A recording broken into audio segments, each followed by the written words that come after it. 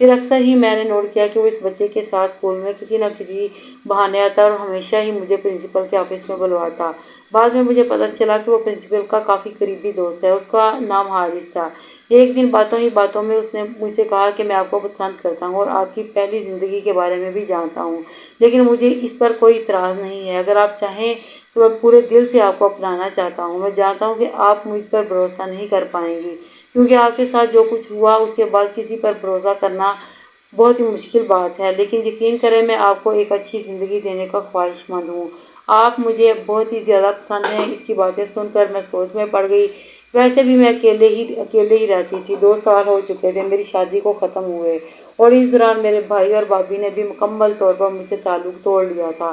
وہ چاہتے تھے کہ میں ان لوگوں کے ساتھ رہ کر ان کا ظلم سہتی رہوں، اور بس یہی بات میں نے نہیں مانی تھی تو انہوں نے میرا چہرہ نہ دیکھنے کی قسم کھا لی۔ پہلے تو میں اپنے بھائی کو منانے کی پوری کوشش کرتی رہی، لیکن پھر میں نے اپنے قدم پیچھے ہٹا لیے، کیونکہ میں ان کا غلط مطالبہ نہیں مان سکتی تھی۔ میں اپنی زندگی کیوں خراب کرتی؟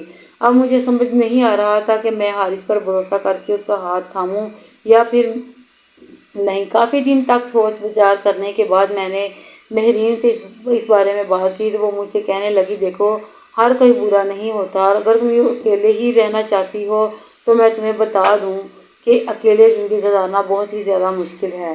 زندگی میں ہر انسان کو ہم سفر کی ضرورت پڑتی ہے، تمہیں بھی پڑے گی۔ ابھی تو تم اپنی شادی کے برے اثرات کے زیر اثر ہو، لیکن میری مانو تو تم آگے بڑھ جاؤ، یہی تمہارے لیے بہتر ہے۔ میں نے اس کی بات پر سوچ بچار کرنا شروع کر دیا۔ شاید وہ ٹھیک ہی کہہ رہی تھی، لیکن میں حارث پر اتنی جلدی بھروسہ کیسے کر سکتی تھی؟ لوگوں پر بھروسہ کرنا میرے لیے بہت ہی مشکل تھا، لیکن کبھی نہ کبھی تو زندگی میں آگے بڑھنا ہی تھا۔ اس لیے ایک دن حارث نے کہا، ٹھیک ہے، لیکن کیا تمہارے گھر والے اس بات کے لیے راضی ہوں گے؟ تو حارث نے مجھے بتایا کہ میرے گھر میں میری ایک بہن کے علاوہ کوئی نہیں ہے، وہ بھی شادی شدہ ہے اور کبھی کبھی ہی آتی ہے۔ تمہیں کسی قسم کا کوئی مسئلہ نہیں ہوگا، اور میری بہن بہت ہی اچھی ہے۔ ایک بار تمہاری اس سے ملاقات کراؤں گا تو تم اس کی گرویدہ ہو جاؤ گے۔ اور پھر واقعی میں اس کی بہن سے مل کر اس کی گرویدہ ہو گئی۔ وہ بہت ہی اچھی اور نیک سیرت تھی۔ ہم دونوں کے بیچ جلد ہی اچھی دوستی ہو گئی۔ مجھے یقین ہو گیا کہ دنیا میں اچھے لوگ ابھی بھی باقی ہیں اور ہر کوئی برا نہیں ہوتا۔ جلد ہی ہم لوگوں نے مل کر شادی کی تاریخ پکی کر دی۔ میں نے اپنے بھائی کو بھی یہ بات بتانے کی کوشش کی، لیکن اس نے مجھ سے بات تک نہ کی۔ مہرین نے مجھ سے کہا کہ اداس مت ہو، میں تو ہوں نا تمہارے ساتھ۔ اور پھر وہ ساری تیاری میں میرے ساتھ پیش رہی۔ میں ایک چھوٹی سی تقریب میں حارث کی دلہن بن گئی اور اس کے ساتھ رخصت ہو کر اس کے گھر پر آ گئی، اور اس کے ساتھ میری نئی زندگی کی شروعات بہت ہی اچھے سے ہوئی۔ وہ مجھ سے بہت ہی عزت سے پیش آتا تھا اور محبت کرتا تھا، میرے ہر فیصلے کو خوشی خوشی قبول کر لیتا تھا۔ مجھے یوں لگتا تھا کہ جیسے میں نے کبھی زندگی میں کچھ برا سہا ہی نہیں ہے۔ اپنی پہلی زندگی کو تو میں مکمل طور پر بھلا چکی تھی۔ شادی کے بعد میں نے پڑھانا چھوڑ دیا تھا، مجھے نوکری کی بالکل ضرورت نہیں تھی۔ حارث میرا بہت زیادہ خیال رکھتا تھا۔ مہرین نے مجھ سے کہا کہ دیکھا، میں کہتی تھی نا کہ حارث بہت ہی اچھا لڑکا ہے اور تمہارے لیے تو بالکل پرفیکٹ ہے۔ اب دیکھو تم اپنی زندگی میں کتنی زیادہ خوش ہو۔ اس کی بات سن کر میں مسکرا اٹھی۔ 2 سال بعد میرے ہاں ایک بیٹے کی پیدائش ہوئی تو یوں لگا کہ جیسے میری زندگی مکمل ہو گئی ہو۔ میری ساس اور شوہر جیل میں سخت سزا کاٹ رہے ہیں۔